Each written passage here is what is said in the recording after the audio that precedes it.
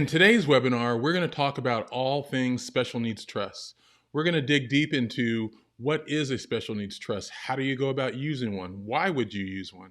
Do you need a special needs trust in addition to an ABLE account, or can you use one or the other sort of interchangeably? We're going to talk about how to fund special needs trusts, how to not fund special needs trusts. We're going to talk about first party, third party special needs trusts. We're going to talk about pooled special needs trusts. All things special needs trust. And with that, we will turn to our resident expert. My name is Keith Caldwell. I am a parent just like most of you guys out there. And I am learning and listening from Ryan as well, because I have a lot of questions myself as I plan for the future when I'm gone. So with that, I'll let Ryan go ahead and introduce himself. Yeah, I mean, that list from Keith, I'm tired myself just thinking about it. Holy mackerel. But I appreciate everybody sending your questions in. If this is the first time that you're coming to this webinar, thank you so much. Keith and I have been blessed to be doing these for folks since I believe 2013, Keith, if I remember correctly. So we've gone through quite a number of iterations, and we've stumbled on doing some of these question and answer sessions. Because, we want to make sure we're answering questions that you guys have. And so we appreciate everybody that sent in questions on special needs trusts. And certainly, that's what we're going to talk about. So I know Keith has a bunch of those questions. We've reviewed them together. But just to give us an idea, there's a couple questions in there, just like he started, why bother doing a special needs trust? I already have an irrevocable trust. Why would I need a special needs trust? Primarily for the families we serve. They have a child, obviously has a disability, and is either using today or planning to use some benefits from the government, whether that's state or federal government. And many of those benefits fall under what's called the kind of Medicaid umbrella. And so have to follow Medicaid financial requirements, which is an asset limit and a monthly income limit. And so the reason to use one of the reasons to use a special needs trust versus just a regular irrevocable trust for any assets you want to provide your loved one, your child, is because the special needs trust has very specific language in it that allows your child to have this money and be the beneficiary of this trust, and yet still be able to access these government benefits, right? Still be able to qualify for them from a financial perspective. Just a regular irrevocable trust doesn't have that language in it. So it wouldn't, it would still, the government would look at it and say, yeah, I understand it's an irrevocable trust, but it's not designed as a special needs trust. So they'll count that asset for qualification, and your child will very likely lose their benefit or the opportunity to have it. So that's one of the main reasons for a special needs trust, is to be able to still have your child have money and have money available to them, but at the same time be able to keep or access government benefits. And that can be from healthcare, it can be from helping to provide living arrangements, can help to provide food, right? SNAP, right? And or what a lot of people call food stamps, right? But those nutritional assistance programs can be hundreds of dollars a month to go buy groceries. Mm-hmm. I mean, that's an additional benefit that we really haven't talked much about, Keith, in the 8 years we've been doing this. We haven't talked about it at all, right? That's probably the first time, but that's a big benefit for a lot of individuals with a disability, is that additional dollars to help buy food. And so you could lose all those if it's not structured properly. And so that's one of the main reasons for the special needs trust. So interestingly enough, as I reviewed some of those questions, other things came up and said, well, how much, I don't even know how much I put in there, right? How would I know how much to put in there as I'm starting to plan? I mean, life is so variable. Mm-hmm. How do I figure out how to put in there? Is it really even worthwhile starting a trust? I saw one question, hey, my child's 14. Should I even start one now? Because I have no idea how to split up my assets. I don't know how much should go in there versus how much should go for my other kids, or or how much I should save in there today Right. because I'm still trying to save for my retirement. And so I always answer that with a question like, you're right, that can be a challenge. But what I would come back to you and say is that everybody's number is going to be a little bit different based upon where your child is at 14, 15, 16, 5, 6, 36.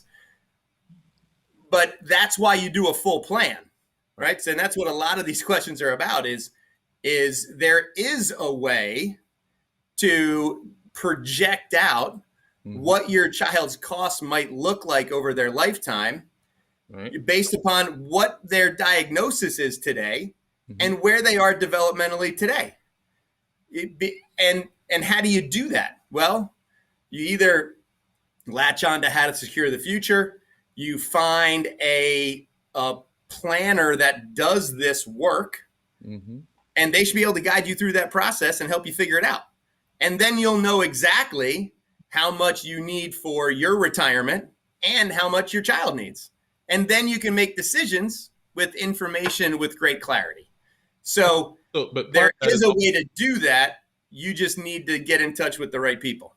So part of that would also necessitate having an understanding about your costs for your other children, marriage, college, all other things that you have as a parental obligation. So you can't just look at it just for you and your spouse and yourself's retirement. You got to also consider your other children if they have any other needs as well, in addition to the child with disabilities.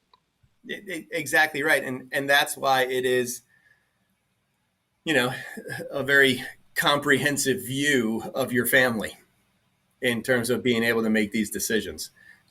Because part of that also goes back to a number of folks, of you guys who came back with questions. Again, we appreciate you filling those out. Well, why don't I just do an ABLE account? What the heck is the difference anyway? Why bother? We had, right, Keith? I mean, I don't know how many of the questions that we have, but that was a pretty consistent theme. And that's pretty typical. We get that question a lot is, hey, why not just do an ABLE account? Seems a whole lot easier to do that. What the heck is the difference? There's a few main differences. One, the ABLE account has an annual funding limitation. Right. So it has a cap that you can put in every year. A properly designed special needs trust has no cap. Right. You could put $5, $5 million, $50 million, whatever. Right. So there's no cap there. So there could be more flexibility in terms of when you decide to fund it, meaning that many people will fund a special needs trust at the end of their life. So if you decide that's how your funding mechanism is going to work, then if you're just using an ABLE account, you have to make sure you have less than $15,000 at the end of your life that you want your child with a disability to have and utilize. Right. So again, that can be limiting. The other piece is the ABLE account is going to have a value limitation, meaning contribution and growth inside the account right now. When it gets up to a certain amount of money, one of the government benefits, it's called SSI, which is a monthly income, will be suspended. Right? So not lost or forfeited, but just suspended until the ABLE account goes below that account value maximum. Isn't it like $100,000 or close to that? It is, yep. So it's still that $100,000, right? And then SSI spend. You can have more than $100,000 in an ABLE account, but that's going to impact one of your loved one's possible government benefits. There is no account value limit inside of a properly drafted special needs trust that's going to limit any of the government benefits, right? SSI included. Well, let me just share real quickly. So for other parents who might be struggling with this as well, I have a special needs trust and an ABLE account. And how I use them is I use the ABLE account primarily to manage myself so that I can access funds right away without having to deal with the trustee and all that kind of stuff. I focus on those kinds of things. So I also tell my family and friends who want to give donations or contributions or birthday gifts to my son to go ahead and do it through the ABLE account, because my son's a little hard to buy gifts for because he can't really communicate what he's looking for. But I know the kind of things he likes. So people put money into that account. I have access to it so I can, without having to go to a trustee or any of that kind of seeking reimbursement, I can just go do it with a card and pay for his golf lessons or whatever we want to do. So I sort of use them as tier. So if someone's going to donate a little bit of money, a couple $100, 500 or 1,000, whatever, it goes into that. So I have them set up for two different reasons. The other one is more long term, so that when I'm gone, he's going to have larger amounts of money to be able to do things with. So that's sort of how I use it. But the requirement, I think, it's having both of them is pretty high. Oh, man. Everybody, listen to Keith preach it. He hit the nail on the head. Long-term, larger sums of money, think special needs trust. Right. Shorter term, smaller amounts of money, think ABLE account. And more flexibility. A lot more flexibility in the ABLE account when you have someone else managing your money on the trust. I have a first-party trust for my son. I also have a third-party trust for different reasons. I can manage a third-party trust, but I'm still looking at that as a long-term solution that I don't really do much with. I'm using ABLE account to live day-to-day kind of thing. And that's absolutely true, because one of the benefits of an ABLE account, everybody, is that right now in the rules of the ABLE account, you can still pay for more things out of the ABLE account than you can from the special needs trust. I mean, they're close, but you can still pay for some more things out of the ABLE account than a special needs trust. The benefit is that now there's a rule that says you can take money from a special needs trust, like Keith's doing, and put it in the ABLE account. As long as you have enough room of that 15 annual max, right, of that annual maximum. So Keith's absolutely right. They absolutely work together, but that is usually a question we get is, is it one or the other? Why should I have this special needs trust if I can do an ABLE account? Hopefully we just answered that question for you. Hey, Ryan, can you talk really quickly about a pooled trust? Because I know I said we were going to talk about that. And then we'll sort of start getting questions. And I want to share with you something Ryan doesn't know. Some people who follow us on YouTube might know what I'm about to say, but Ryan does not unless you happen to see the video on YouTube. So Ryan, tell us a little bit about pooled trust. Okay. Keith is keeping me in suspense as well. I don't know, he's got like a cliffhanger going on here. I am on the edge of my seat, but I'll talk about pooled trust because that's what Keith told me to do, and I do what he tells me. I like that. So a pooled trust is, I always liken it to if everybody, and this can be, depending on all of our ages, this can be a distant memory, but one I want you to bring up from the archives. I don't know if you guys remember elementary school. But kind of when you walked into elementary school, there was one wall in your classroom that kind of had all these cubby holes, right? And that's where you put your book bag and your jacket and anything else you had, and it was yours, right? But it was a wall full of them.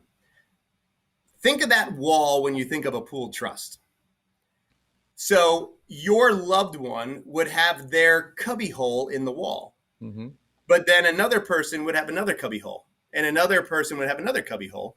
And what the organization who's managing that trust for your child is going to do is they're going to take the money from your trust and the money from the other person's trust and so on and so forth, and pool that money together so they can hire a professional money manager to manage the investment side.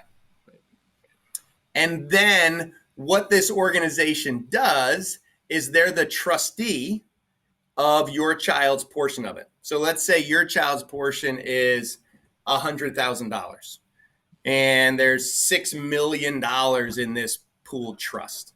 Well, the $6 million is being managed as one entity by an investment manager, but yet they're managing your child's account. So when they take money out of it, it goes against your child's account. Your child's cubby hole. Your child's cubby hole. That's exactly right. And so the reason for that a lot of times is why you might use a pooled trust is, one, if you just don't have the assets necessary to have your own third-party trust. Or it could be a reason of trustee, right? Maybe you want this organization as the trustee, and you want them to be the trustee of the trust. And this is what they offer. They offer this pooled trust mechanism. Because what happens is the good part about a pooled trust is that if your child's money runs out, they don't necessarily kick your child out of their services. Because most pooled trusts, what happens is they're going to have other people who pass away before their money runs out. Mm-hmm. And typically a pooled trust organization, gets to keep a good portion of that money at the end of their child's life. That may help to fund other people. So it could be that, and we've had some people decide this, that don't have any other children. And that's an organization that has helped them out or will help them out by doing this. And they kind of want to pay it forward if their child does pass away with money still in their pooled trust account. And the money wasn't going to go to any other heirs or any other children. So they feel good about if there is money left over, it's going to go to other individuals with a disability to help them.